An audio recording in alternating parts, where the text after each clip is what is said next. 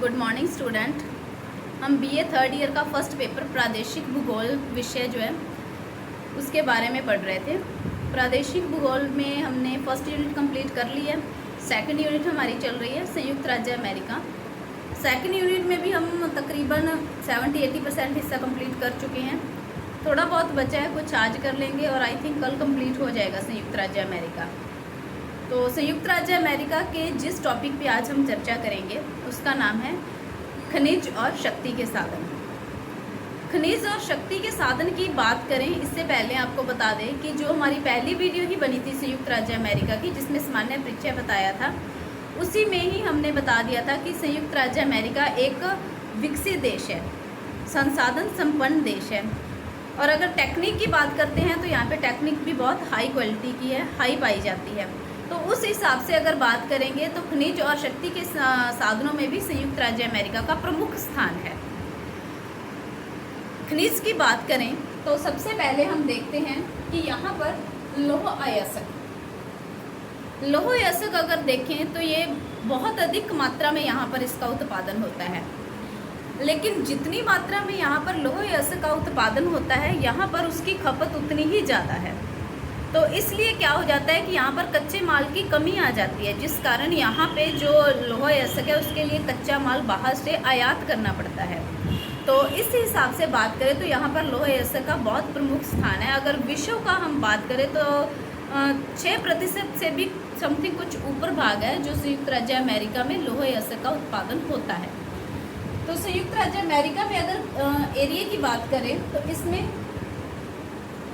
4 हिस्सों में बांटा जाता है, जिसमें क्या है लौह अयस्क का उत्पादन होता है। सबसे पहले बात करें सुपीरियर झील क्षेत्र, सेकेंड नंबर दक्षिणी पूर्वी प्रदेश, थर्ड नंबर दक्षिणी पश्चिमी एवं पश्चिमी क्षेत्र और फोर्थ नंबर उत्तरी पूर्वी व अन्य क्षेत्र।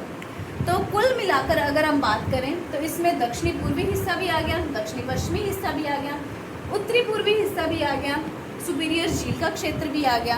तो इस हिसाब से अगर हम देखते हैं तो ऑलमोस्ट क्या है पूरे यूएसए में लौह अयस्क का उत्पादन होता है। इसके बाद अगर हम सेकंड नंबर पे बात करते हैं तो वो है तांबा। तांबा आप सभी को पता है, तांबे का वैसे भी बहुत अधिक उपयोग होता है और यहाँ पर भी इसका बहुत अधिक मात्रा में उत्पादन होता है।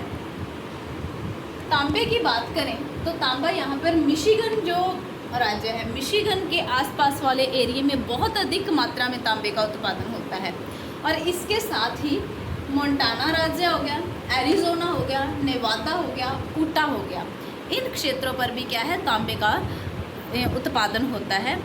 और इसके अलावा यहाँ पर अगर देखें तो तांबा वैसे भी यहाँ पर बहुत महत्वपूर्ण स्थान रखता है।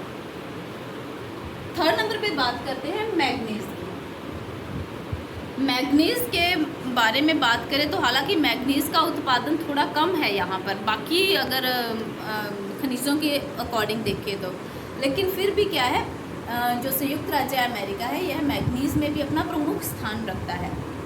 मैग्नीज उत्पादन में अगर देखें तो यहाँ पर मोंटाना हो गया, मोंटाना तो एरिया ऐसा है जो मैग्नीज उत्पादन का सर्वोत्तम उत्पादक क्षेत्र है यहाँ पर। और इसके बाद अगर देखें नेवादा हो गया, अरकानसास हो गया, मिनेसोटा हो गया, पेंसिल्वानिया का क्षेत्र हो गया। पेंसिल्वानिया जो है ये लौह के लिए भी बहुत अधिक फेमस है और इसके साथ मैग्नीज भी यहाँ पर मिलता है। नेक्स्ट बात करते हैं हम टंगस्टन की। टंगस्टन क्या होता है? टंगस्टन जो यहाँ पे पाया जाता है इसका उत्पादन भी बहुत अधिक मात्रा में होता है और वैसे भी यह एक बहुत उच्च कोटि का खनिज माना जाता है, जो सामान्य अगर देखें तो 6 डिग्री टेम्परेचर पर भी नहीं पिघलता है। मतलब यहाँ पर टंगस्टन के लिए अगर एरिया की बात करें तो सबसे मेन एरिया कैलिफोर्निया तो है ही है, क्योंकि कैलिफोर्निया में तो यहाँ बहुत अधिक उत्पादन होता है।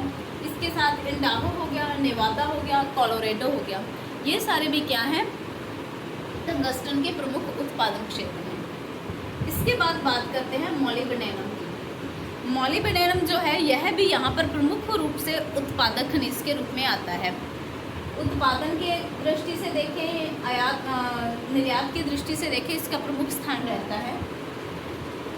इसके जो क्षेत्र हैं जहाँ पर मोलिब्डेनम का उत्पादन होता है वो है यूटा प्रदेश हो गया, नेवादा हो गया, कैलिफोर्निया हो गया, एरिज़ोना हो गया। इसके अलावा भी और कई क्षेत्र आते हैं जहाँ पर इनका उत्पादन होता है। इसके बाद बात करते हैं वैनेडियम की। वैनेडियम भी यहाँ पर प्रमुख रूप से पाया जाता है।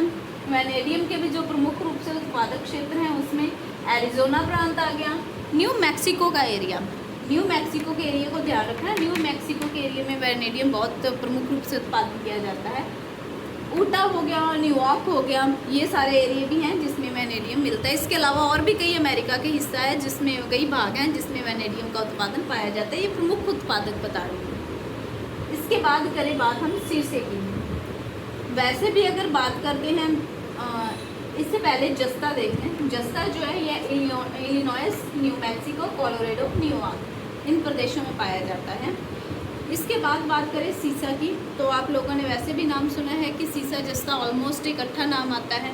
और सीसा एक ऐसा अयस्क होता है या फिर एक ऐसा खनिज है जिसका चांदी, जस्ता, तांबा, सोना इन सभी के साथ मिश्रित रूप में भी यह मिलता है।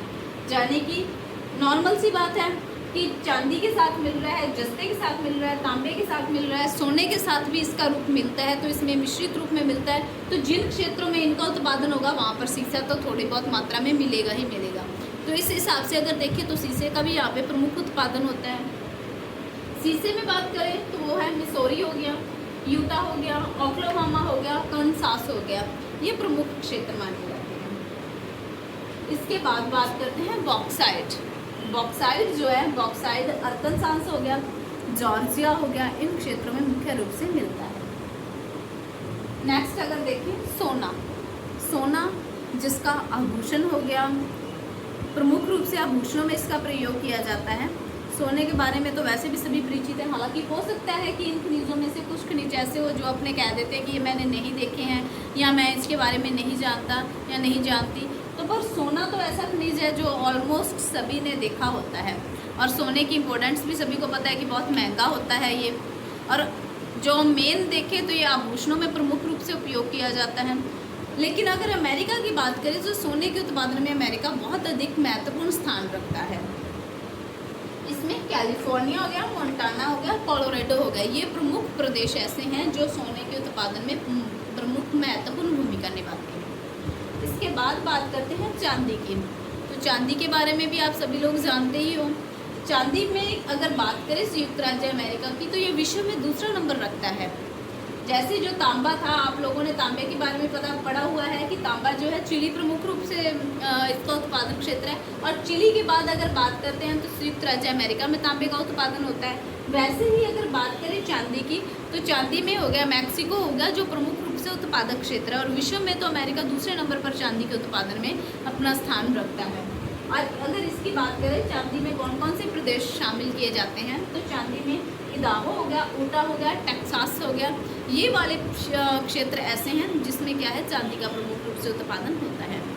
इसके अलावा कुछ अधात्विक खनिज भी हैं जो क्या है संयुक्त राज्य अमेरिका में मिलते हैं। अधात्विक खनिजों में अगर देखें गंधक हो गया, चट्टानी फास्फेट हो गया, पोटाश हो गया, ये सब क्या है प्रमुख रूप से जो अधात्विक खनिजों की श्रेणी में आते हैं, यानी कि गंधक, चट्टानी फास्फेट, पोटाश हो गया, तो ये प्रमुख स्थान रखते हैं। तो इस हिसाब से आज हमने जो टॉपिक देखा है खनिज और शक्ति के साधन हो गए, इनके बारे में जो बताया है आपको, आप अच्छे से इसको कॉपी पर नोट कर लेना। और प्लस में मैं इसकी जो PDF होगी वो वीडियो के डिस्क्रिप्शन में इसका लिंक डाल देंगे, तो उसमें विद मैप भी इसके बारे में बता रखा है, तो आप मैप बनाकर उसको अच्छे से अपनी कॉपी पर उतार सकते हो। और वैसे भी जब भी ये मैं क्षेत्र का नाम लेती हूँ, जैसे ही बताते हैं कि यहाँ पर तांबा मिल रहा है, यहाँ पर लोहा मिल रहा है, तो आप सभी तभी अपनी एटलस साथ में रख लिया करो, ताकि जिस क्षेत्र का नाम बताएं तो आप एटलस में उसी समय उसको खोल के देख सको, जिससे क्या है कि वो अच्छे से ध्यान में रह जाता है। तो आई होप आपको ये समझ आ गया होगा। Thank you.